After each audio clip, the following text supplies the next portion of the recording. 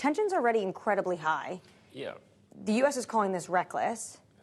What's the next step? How do they diffuse this? Well, I mean, it's hard to see how they diffuse tensions because they're so bad already. But what you've seen is this increasing pattern of escalation by Russian jets, both in the Black Sea, around the Baltic Sea, and also off Alaska. So this was the sort of thing that U.S. commanders had said they really wanted to avoid.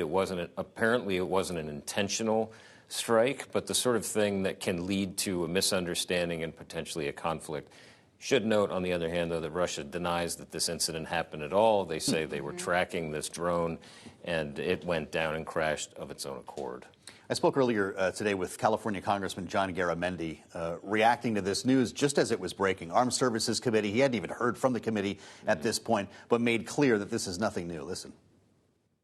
It is one very dangerous situation, and escalation beyond this is something we certainly don't want to have. And at the same time, Russia needs to be very much aware that these kinds of incidents are not acceptable at all. But unfortunately, they're not new.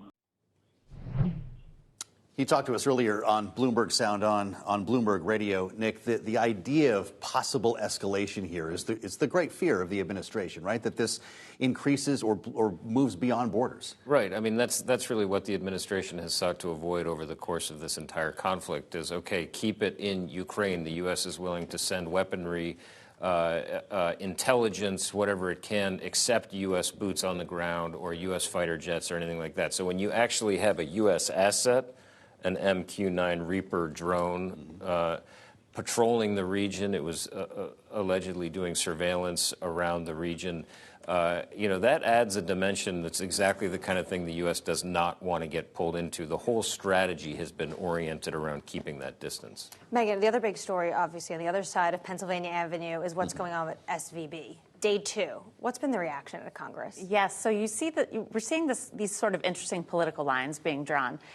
You have populists on both parties really angry about what they consider to be a bailout of banks and of millionaires in Silicon Valley. And then you see folks like Senator Sherrod Brown, who you just interviewed, saying, let's hold on. The Fed should proceed with regulations, but he's seeing there not being any kind of consensus on the Hill to actually push forward legislation. So really kind of tossing this back into the Fed's camp. Senator Elizabeth Warren, however, who has been, leading the charge amongst progressives and populists on this, has already introduced legislation, as have several other lawmakers.